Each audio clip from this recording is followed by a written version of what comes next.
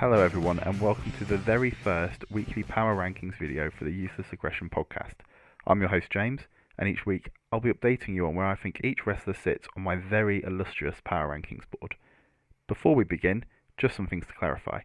This is a list for WWE superstars only. This is just to keep things simpler.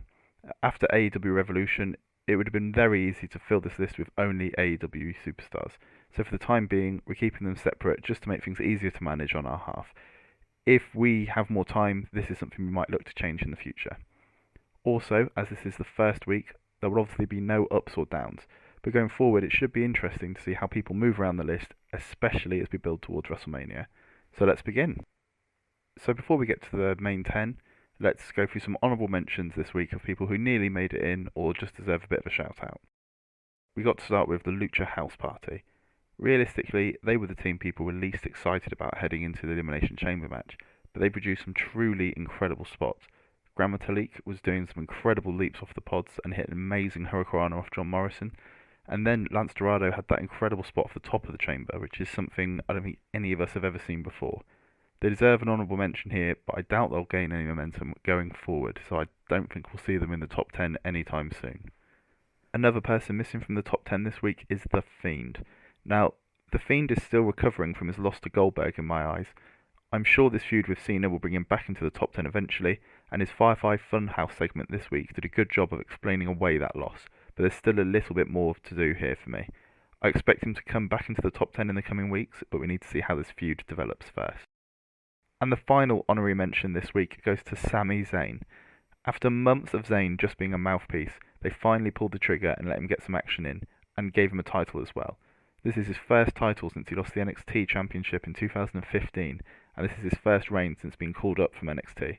He's been fantastic on the microphone over the last few months, really helping elevate Cesaro and Nakamura, as well as helping making them relevant. So here's hoping this is the start of seeing him in a more regular action again, as he's genuinely one of the top talents on the roster when used properly. Now it's time for us to get into the nitty gritty and get into the top 10. And at the very bottom of the list are the Street Profits. The Street Profits won the tag titles on Raw, and then won again at Elimination Chamber to retain their titles against Seth Rollins and Murphy. They always bring excitement when they come out, and whenever we're on the show, everyone's so happy to see them, and I'm really happy to see them getting a big push on the main card.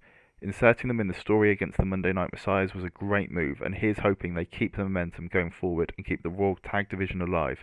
They'd probably have scored higher on the list if both their wins hadn't come via help from Kevin Owens, but this makes sense for the story being built towards Mania. At number 9 is SmackDown's Dolph Ziggler. Dolph Ziggler's in-ring ability has never been an issue.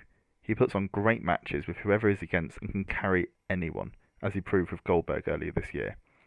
The issue is keeping him relevant, but right now he's performing some of his greatest heel work, and it's such a simple, old-school storyline. I know he's wanted out of WWE in the past, and I'm sure when he was pitched this current storyline, he wasn't that excited about feuding against Otis over Mandy Rose.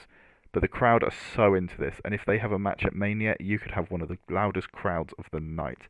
I'm very excited to see how this keeps going. At number 8 is Heavy Machinery, for many of the same reasons that Dolph Ziggler's in the list as well. But this week, Heavy Machinery showed they are more than just a storyline about Otis.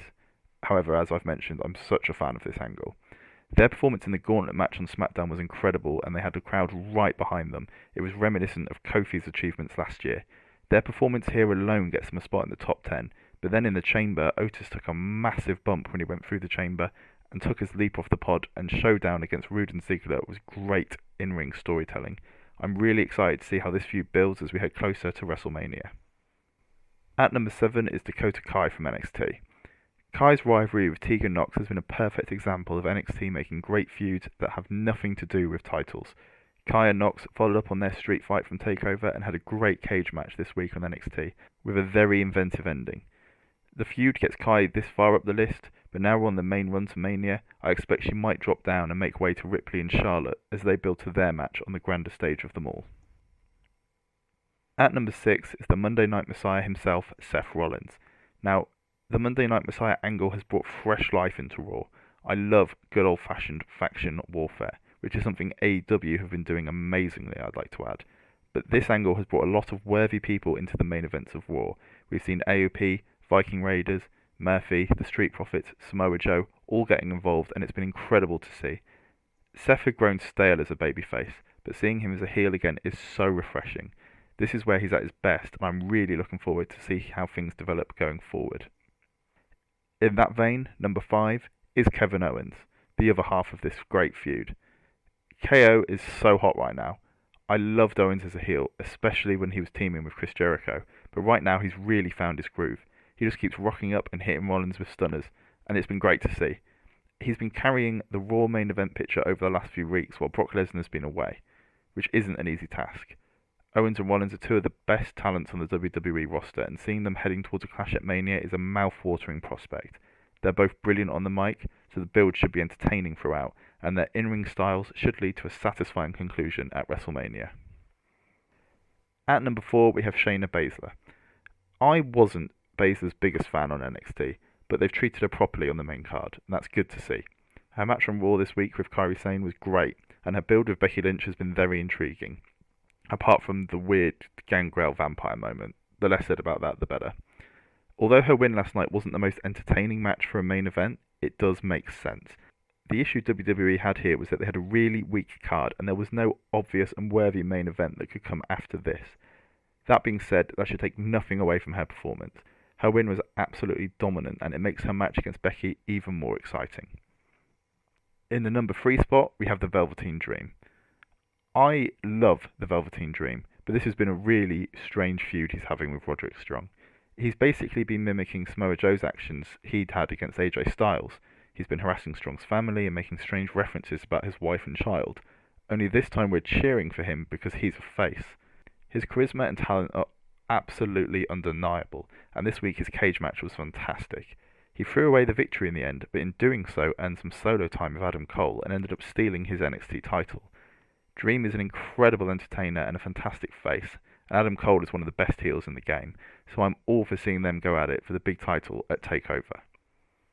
At number 2, it's Drew McIntyre, who actually didn't have a match this week, but by hitting 3 big moves he had the whole wrestling world going nuts.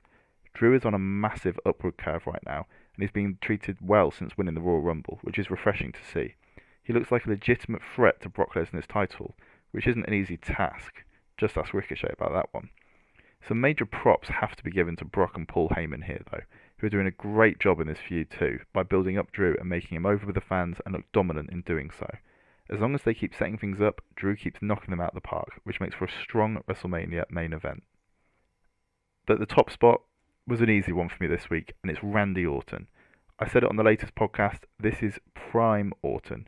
He's been so stale and irrelevant for such a long time, it's great to see the WWE use Orton where he's at his best. This current angle really reminds me of Orton back in 2009, when he was feuding against Triple H at Mania and attacking Stephanie and Vince in the build-up. His promo this week was raw, emotional, and it was also realistic, which is very important for us as fans to get invested in. It wasn't just a generic heel promo where they just discuss wanting to beat up the face. He has genuine motivation for his actions, and his conflicted, sorrowful portrayal of this was incredible to see. His segments have been the best thing about WWE since he attacked Edge a few weeks ago, and I'm expecting their match at WrestleMania to be incredible. That being said, we still have 4 more weeks to go of incredible promos to look forward to before that match even takes place, and with Edge returning to Raw, I think we're in for a real treat. And that brings us to the end of this week's Power Rankings. Feel free to comment down below with your thoughts, whether you agree or disagree, and remember to keep your eyes out for the Useless Aggression podcast, available on Apple Podcasts, Spotify, and here on YouTube. And don't forget to follow us on Twitter as well, @UselessAgPod. Thanks for watching, and tune in next week for another round of WWE Power Rankings.